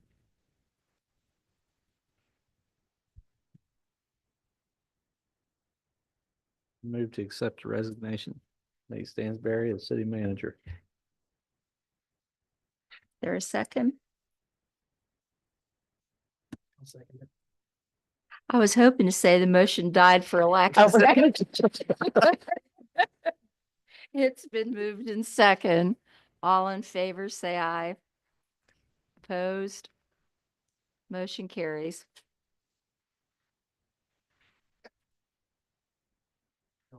Are we good with reappointments to this? Thank you. I think probably could. When it takes an interim. Mm-hmm. You ready, Gene?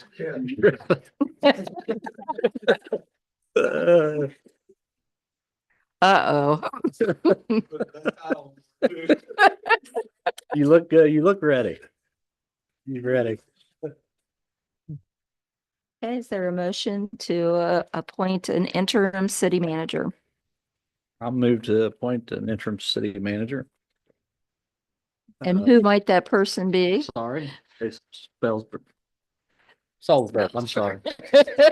About forgot the last name, Joe. I'm sorry. Is there a second? Okay, it's been moved in second to appoint Joe Solberg as interim city manager. All in favor, say aye. Aye. Opposed? Motion carries. Congratulations. And that is effective as of Monday, right? Monday morning, 5:00 a.m.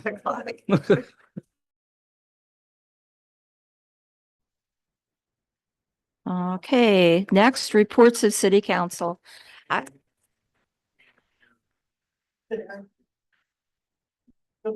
at the very bottom of your packet, I have proposed some recommended language that would have to use, but it included a few other things that I think. is public. Oh, okay. I didn't see that. Debating whether or not to speak up, and then- No, go ahead. So, Where we at? What page? Oh, okay. To appoint Nate as city engineer.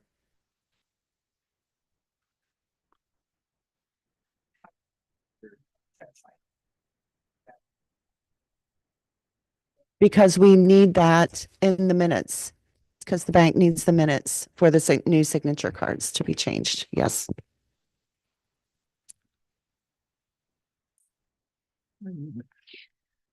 I'll do the first motion. I move to acknowledge Nate Stansberry having stepped down from the office of city manager effective 4 p.m. on January 10th, 2025, and to appoint him city engineer beginning at that time. The city engineer will be a hybrid hourly employee paid $8.75 an hour and will be eligible only for those benefits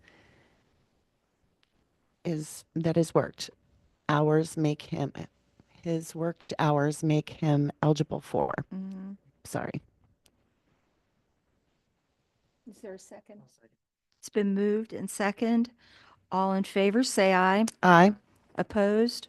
Motion carries. Looking at you.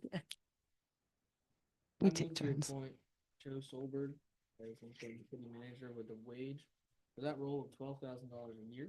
Solberg will all rights and We'll have all will rights. have responsibilities of city manager, including but not limited to document authentication, check signing, hiring, firing, discipline, and whatever other duties are normally executed by the city. Okay, is there a second? I'll second.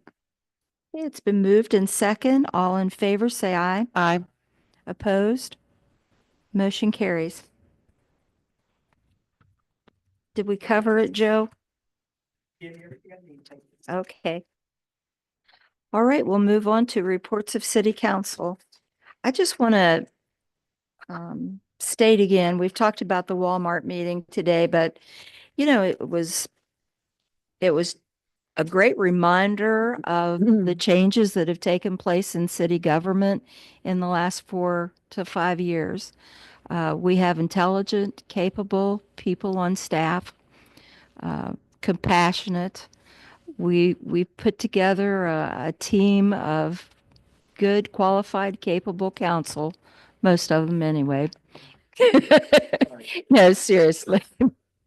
We really have, and I think that we're all hopeful because of the relationships that we've developed with other agencies, other departments, our county partners, and other organizations.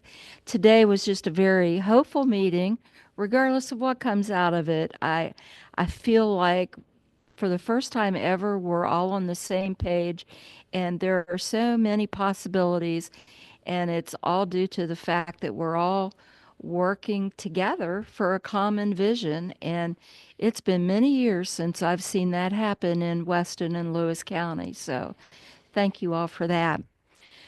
I'd like to turn my attention to Nate's departure, and I can't tell you how sad I am to see him go. He's, pardon? um, he's brought a vision, and he's the kind of guy that likes to throw things against the wall and see how many are going to stick. And if anything sticks, then he's going to follow it through to make sure we get where we're going. He's introduced debate into our group. We've seen quite a few accomplishments thanks to his leadership and his being able to manage the team at the city building and with the fire department, police, and street department. And I believe that we owe much of our success to his leadership and the great team that he put together in the staffing at the city building.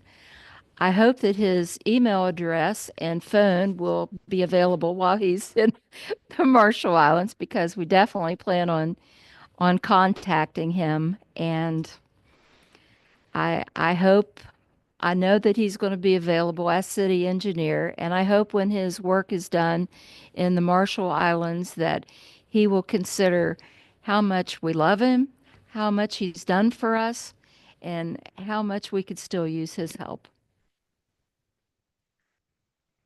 I'll turn it over to Ward 1. Yes. Well, I'd like to thank everyone here tonight. 2025 started out with a bang for all departments, and it's been challenging, but everyone's doing a great job, and I appreciate not only the jobs that you do, but your professionalism in which that you deal with the public and your patience and your kindness. I appreciate that. Nate, I appreciate everything that you've done. You've cultivated an environment of accomplishments, and I certainly appreciate that. And we have accomplished and moved forward a lot under your administration. We've just met so many goals. We have a lot of goals left to meet, and you're always welcome to help us to achieve those goals. I wish you the best. I truly do. And actually, I'm honored to call you friend. Thanks. Stephen? I just want to say thank you to all our state departments as usual. My work's been quiet. Thank you for that. I might want to thank Nicole as well. Yeah. Mike, I appreciate all the work you guys are doing, clearing out the road, doing a good job. I haven't seen anybody get stuck. At least I haven't got any phone calls about it. But you know, I think as a city we're doing pretty well what we got. I was talking to my wife about this earlier. Feels like everything we're given is kind of the crap end of the stick every single time we deal with anything. So I'm glad we've gone in there hard, headstrong, just trying to do what we can with what we got. And hopefully we actually see some improvement with the fire feed. I'm glad we could pass something to kind of CYA, but at the same time, put their feet to the fire a little bit. I think it's fitting and deserving in their positions. But Nate, I appreciate your hard-headedness for the most part. I like it. I think it gets us moving, and frankly, it motivates us and those around us to kind of do something about the issues that we face. And I greatly appreciate it. And you will be missed, but Debbie? Everybody said a whole lot. When you get to the side of the table, it's kind of hard to. Go ahead, I'm gonna read something off my thing. Okay, well, good. First of all, Happy New Year. I think we were met with Blair, who brought us lots of snow, but even though we hate, the bad weather, it is actually a blessing as we've had the drought over the summer. So this will help us a lot with the drought. So sometimes you have to look at things as a blessing, even though you don't like them. And in saying that, Nate, I think that you have been a blessing for our community, the city of Weston. And I told you previously, I didn't want you to go. I told you that to the face, but I realized, and I told you, I realized why you're going. So the thing is, you're not going totally away. You are still with us, and you have helped to gain us a lot of projects we still need to finish. So that's why you have to come back. To come back. So just, best wishes to you. Have fun scuba diving and being underwater. And I wish you all the best. So thank you for all you've done. Start off with, well, maybe within that water, I don't think you want to be under.